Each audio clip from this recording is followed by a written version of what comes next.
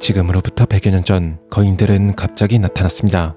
거인들의 압도적인 위협에 인류는 절멸의 위기를 맞이했고 간신히 살아남은 인류는 초대 왕인 프리츠 왕의 세 딸의 이름을 딴 마리아, 로제, 시나 세 겹의 견고한 벽을 쌓았고 비로소 인류는 그 안에서 100년의 평화를 이루어냈습니다.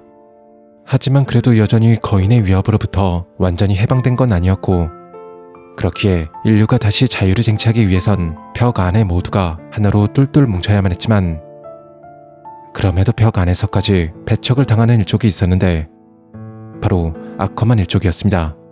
그들은 원래 왕의 최측근인 무신 가문이었으나 어떠한 이유로 왕의 미움을 사고 말았고 그로 인해 오랜 시간 억압과 핍박을 당해 아커만 일족은 이제 중앙에서 멀리 떨어진 시간 신학으로 이주한 분가와 분가인 케니 아커만의 가족만이 겨우 남아있는 상황이었죠.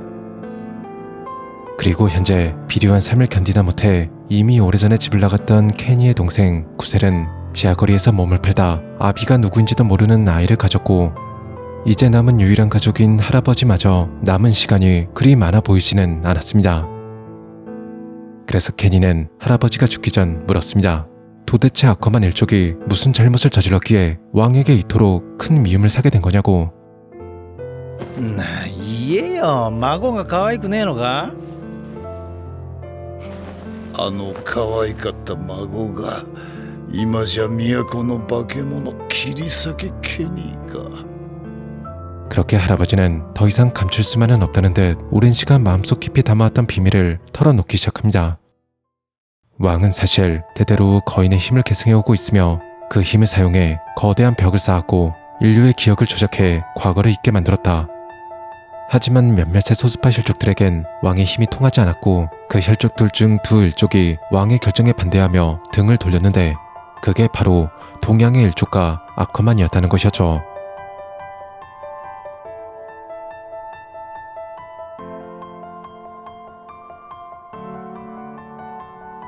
할아버지가 털어놓은 진실은 도저히 믿을 수 없는 이야기였지만 케니는 그래도 믿었습니다.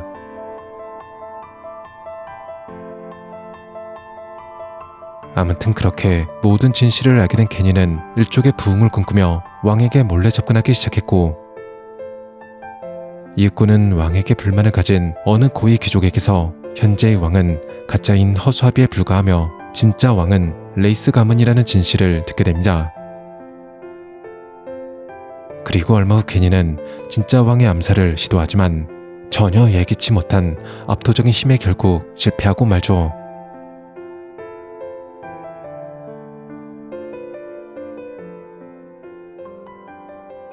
우리! そのまま捕まえておけ! 待てロッド、撃つな。我々の存在を彼に漏らした者が議会関係者にいるようだ。それを明らかにしないといけない。ならば力を使ってこの資格を喋らせろ。それが叶わないのだ。察するに彼はアッカーマン家の末裔ではなかろうか。であれば私に刃を向ける理由は彼自身にある。無理。あい、くそー、許してくれよ。あんた本物の王様なんだろ。話してくれよ。見逃してくれ。俺を逃がしてもう一度チャンスをくれよ。圧倒的な強者を前にした俺は脆かった。なんせ文字通り握りつぶされるのは初めてだし、暴力が全てだった俺はその支えを失ってしまったんだ。今思えば一族の恨みなんて大して感じてなかったのかもしれない。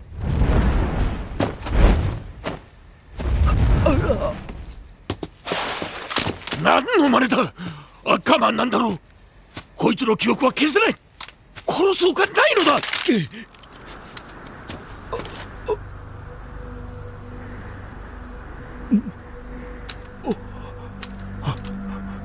我々がアッカーマン一族にもたらした迫害の歴史を考えれば君の恨みはもっともだ。だが私は今死ぬわけにはいかないんだ。どうか許してくれ。こんな小さな壁の中にさえ楽園を築けなかった愚かな私を。あれほどの力を持った王が下船を相手に頭を垂れやがる。巨人にも度肝を抜かれたが、それ以上に自分の中の何かが大きく揺らいだのを感じた。俺はその場で力になりたいと伝え、ウーリはうなずいた。 그렇게 케니는 진짜 왕인 레이스 가문의 신복이 되었습니다. 원래는 왕을 죽이려 했던 그가 반대로 왕의 개가 되어버린 지금의 상황이 우습기만 했지만 이로써 적어도 아코만을 향한 왕정의 박해는 점차 사라지게 되겠죠. 그럼 동생도 이제 더 이상은 이 쓰레기장 같은 지하도시에서 몸을 팔지 않아도 될 겁니다. 케니는 이 기쁜 소식을 알려주고자 서둘러 동생을 만나러 갔지만 동생은 병에 걸려 이미 사망한 뒤였고, 대신 산 것도 죽은 것도 아닌 듯한 몰골에 동생의 아들이 그를 맞이해 주었죠. お前は生きてる方か。はいはい、勘弁してくれよ。わからねえのか。名前は？リヴァイ。ただのリヴァイ。そうか、クシェル。そりゃ確かに名乗る価値もねえよな。俺はケニー。ただのケニーだ。クシェルとは知り合いだった。よろしくな。 동생이 남긴 나이 리바이. 서로가 서로에게 남은 유일한 혈육이었지만 그렇다고 해서 자신이 동생을 대신해 부모로 자처할 만큼 반듯한 인간은 아니었기에 이름엔 굳이 아무것도 밝히지 않았고, 대신 지하거리에서 살아남을 수 있도록 기술을 가르칩니다.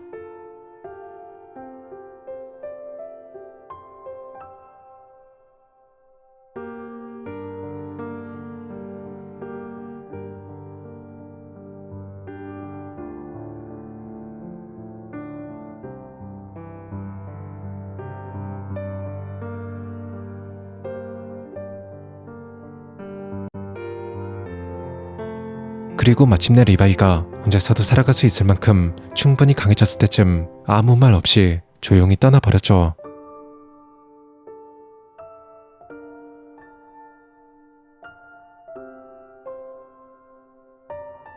아무튼 이후로도 케니는 진짜 왕인 우리 레이스의 신복으로 살아갔고, あんたらがそうなのか。悪いな。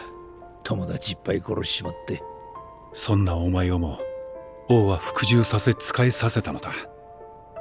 そこが王の果てしなさよ。サネさんよ、ずいぶん心酔されなさってるようだな。だから俺はどんな仕事もこなしていける。お前は違うのか。なぜ王のもとに下った？俺はさあな、多分奴が一番強いからだ。 그리고 몇 년의 시간이 흐른 뒤 강력한 힘을 지닌 왕도 결국 세월 앞에 무릎 꿇고 말았는데, 私はもう長くない。んなもん誰だって見りゃわかるよ。化け物のくせに老いと病にはかなわねえとてめえにはがっかりしたぜ。少し違う。あ？この力はロードの子たちに引き継がれる。私はその子らの記憶の中で生き続けるだろう。それはどういうことだ？力が引き継がれるだって？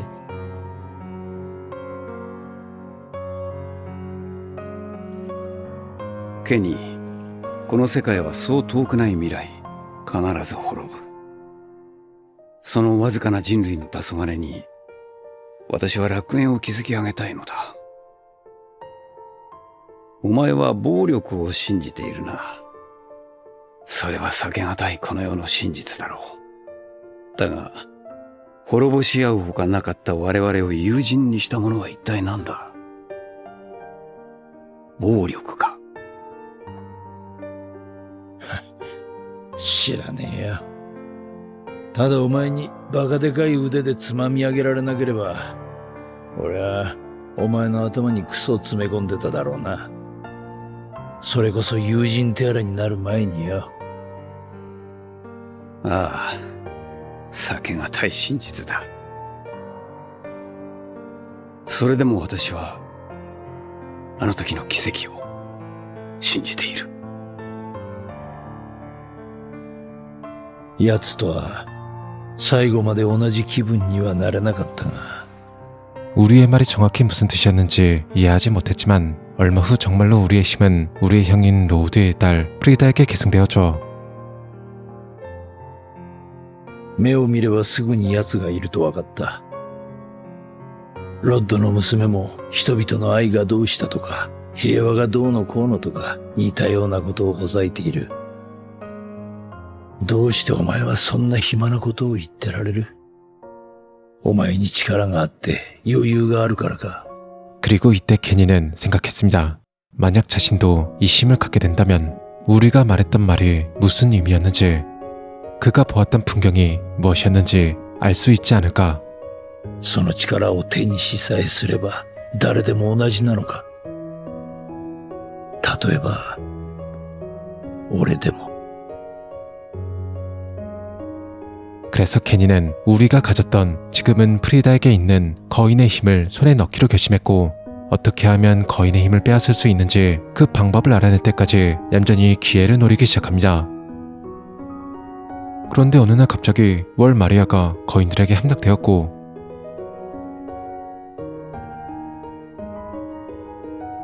그날 밤 혼란을 틈타 레이스 가문 영지에 잠입한 괴한에 의해 로드를 제외한 레이스 일가 전체가 살해당하는 사건이 발생하고 맙니다.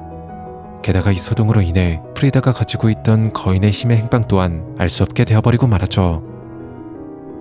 이러한 혼란스러운 상황에 다음날 갑자기 로드는 그동안 모른 척 외면하고 지내온 혼의 자식인 히스토리아를 찾아갔고 딸에게 대뜸 앞으로 함께 살자 말합니다. 하지만 이러한 로드의 독단적인 행동을 왕의 비밀을 수호하는 이유에선 부정적으로 생각했고 결국 케니는 의회의 결정에 따라 모녀를 제거하기로 하는데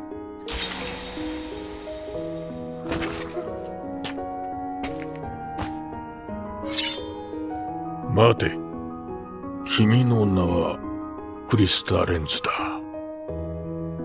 그렇게 결국 로드의 고집으로 아이는 살려두게 됩니다.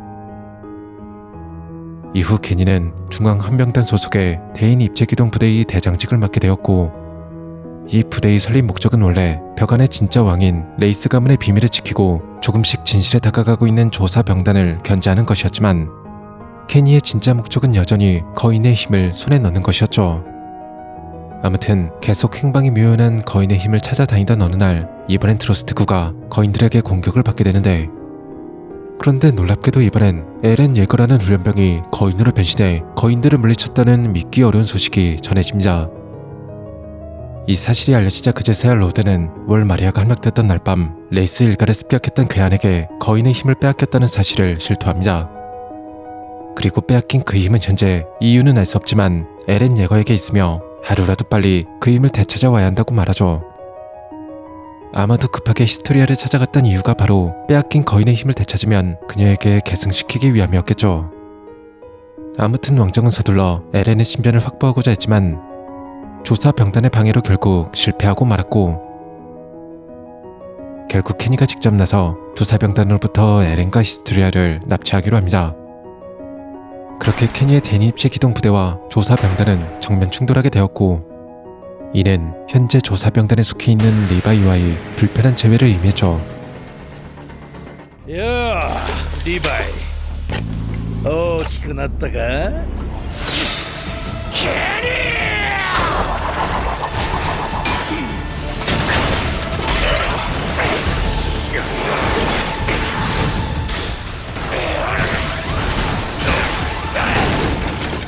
どうもこの店から薄汚ねネズミの匂いがするな。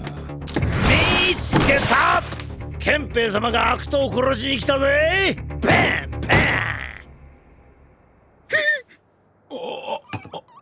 なんでいねえのかよ！ここだけに久しぶりだな。まだ生きてるとは思わなかったぜ。憲兵を殺しまくったあんたが憲兵やってんのか。ガキには大人の事情なんてわかんねえもんさ。おっとすまねえ。おめえはチビなだけで年はそれなりに取ってたな。おめえの活躍を楽しみにしてたよ。俺が教えた処世術がこんな形で役に立ったとはな。袋のネズミって言葉を俺は教えなかったか？これじゃあおめえがどっから逃げようと上からドカンだぜ。なあリヴァイ、どうしてお前が調査兵になったか俺にはわかる気がするよ。俺らはゴミための中で生きるしかなかった。その日を生きるのに精一杯でよ。世界はどうやら広いらしいと知った日はそりゃ深く傷ついたもんだ。だが救いはあった。やりたいことが見つかったんだ。単純だろう。単純だが実際人生を豊かにしてくれるな。趣味だな。趣味か。俺の部下の頭を吹っ飛ばしたのもあんたの趣味か。ああ、大いなる目的のためなら殺しまくりだ。お前だっててめえのために殺すだろう。ああ。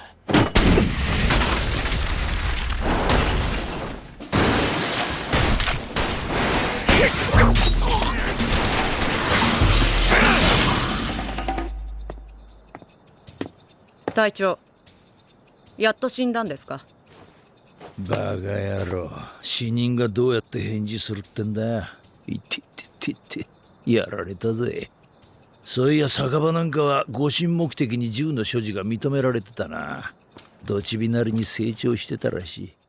그렇게 리바이와의 대결에선 패배하긴 했지만 그래도 다행히 에렌과 히스토리아를 납치하는 데는 성공했고, 이제 로우드가 에렌에게서 거인의 힘을 빼앗아 히스토리아에게 넘기는 순간을 기다렸다가 중간에 가로채기만 하면 되었는데, 그러나 마침내 밝혀진 거인의 힘을 계승하는 방법은 매우 충격적이었습니다. 바로 인간을 거인으로 만드는 주사를 사용해 거인이 되어 선대 계승자를 잡아먹는 것이었죠. 레이스 가문은 그동안 이 비극적이고 잔혹한 짓을 100년에 걸쳐 되풀이해온 것이었습니다. 게다가 더 충격적인 사실은 레이스 왕가의 피를 이어받은 자가 아니면 거인의 진정한 힘을 이끌어낼 수 없다는 것이었죠. 오이じゃあ俺が巨人になってエレンを食っても意味ねえのかよ。私が嘘を言ってると思うか？いや、この継承の儀式の瞬間だけは嘘をつかねえはずだと思ったからこの日を待った。まったく俺の気持ちに気づいておきながら散々利用してくれたもんだな、この色男がよ。感謝する。お前のような野良犬を引き入れた土地狂った弟の気まぐれに。それ以上ウーリを侮辱すればてめえの頭が半分減るぜ。やめろ！父を離せ！はあ、おめえはなんて哀れなんだヒストリア。もう分かっただろ。この親父はおめえを化け物に変えてエレンを食わせようとしてんだとよ。それが私の使命でしょ。おいおいヒストリア、この親父がおめえにした仕打ちを忘れたのか？こいつはただおめえの血に用があっただけだ。おまけに自分が巨人になりたくねえから弟や娘になすりつけるようなクズ。おう、違うぞヒストリア。私が巨人になるわけにはいかないんだ。他の者を信用してはいけない。へえ、そうなのかい。お父さん！ケニー、今までよくやってくれた。お前は自由だ。他の生きがいを探して長生きしろ。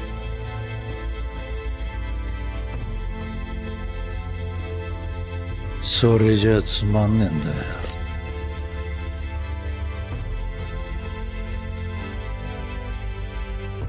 ケニー、何をするつもりだ？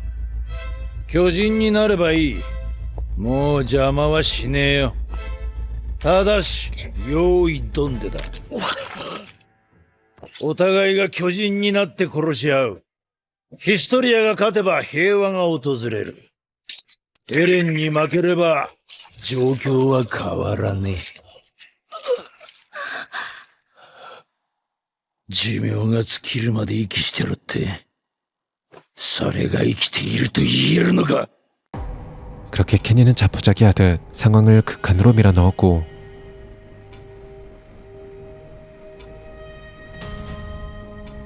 서로 싸우다 모든 게 혼돈으로 치닫게 될 거라 예상했지만 에렌은 자신의 운명을 받아들이며 히스토리아와 싸우길 거부했고 히스토리아 또한 전혀 예상치 못한 선택을 하였죠.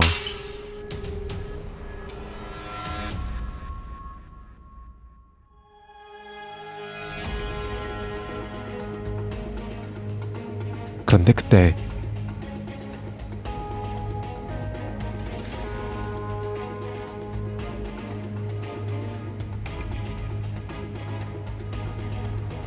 거인으로 변해버린 로드에 의해 동굴이 무너지기 시작했고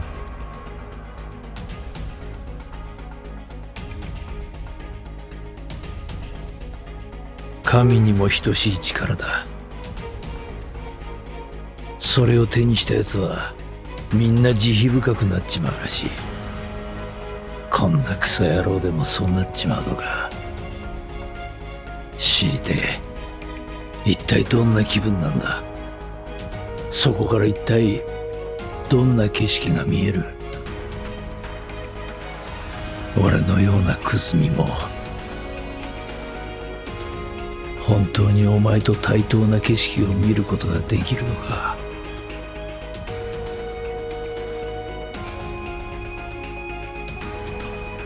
なあ、ウリ。ケニ。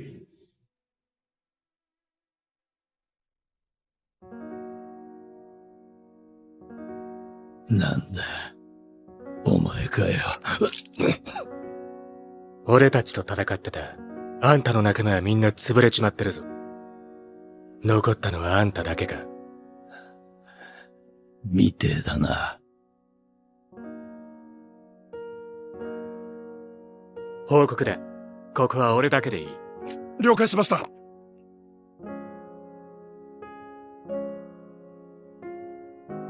大やけどにその出血。あんたはもう助からねえな。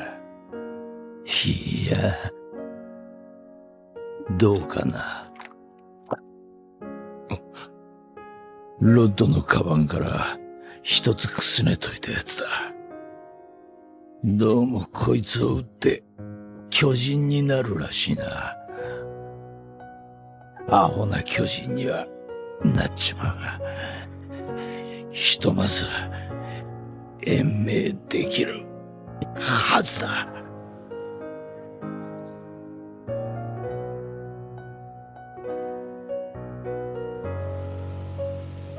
それを打つ時間も体力も今よりかあったはずだ。なぜやらなかった。なんだろうな。ちゃんと注射打たねえとあいつみてえな出来損ないになっちまいそうだしな。あんたが座して死を待つわけがねえよ。もっとマシな言い訳はなかったのか。俺は死にたくねえし力が欲しかった。でもそっか、今なら奴のやったことわかる気がする。はあ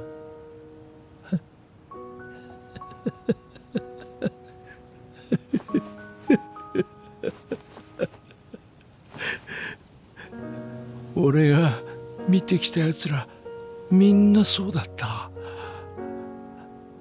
酒だったり女だったり神様だったりもする。一族、王様、夢、子供、力、みんな何かに酔っ払ってねえとやってられなかったんだな。みんな何かの奴隷だった。あいつでさえも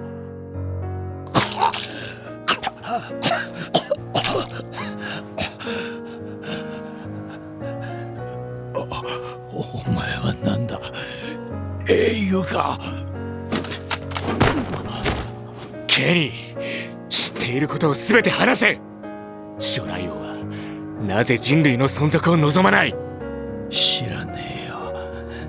だが俺らアッカーマンが対立した理由はそれだ。俺のせいもアッカーマンらしいな。あんた本当は母さんのなんだ？バカが、ただの兄貴だ。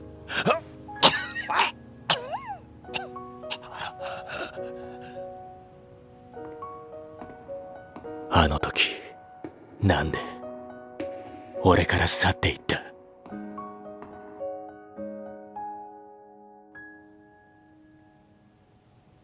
俺は人の親にはなれねえよ。